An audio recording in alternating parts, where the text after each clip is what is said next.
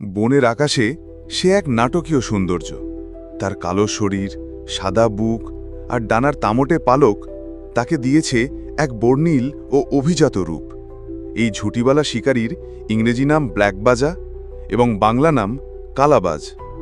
অ্যাবিসিডা লেওফটেস এই পাখিটির প্রজাতিগত নামটি এসেছে গ্রিক লেওকোটেস থেকে, যার অর্থ শুভ্রতা, যা এর বুকের সাদা অংশের দিকে ইঙ্গিত করে।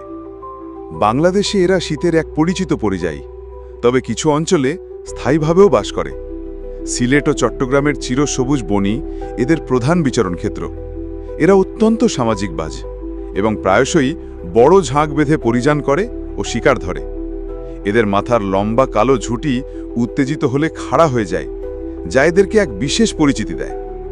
এরা মূলত গোধূলি বেলার শিকারী এবং এদের প্রধান খাদ্য উড়ন্ত পোকামাকড়, যেমন উইপোকা ও গুবড়ে পোকা।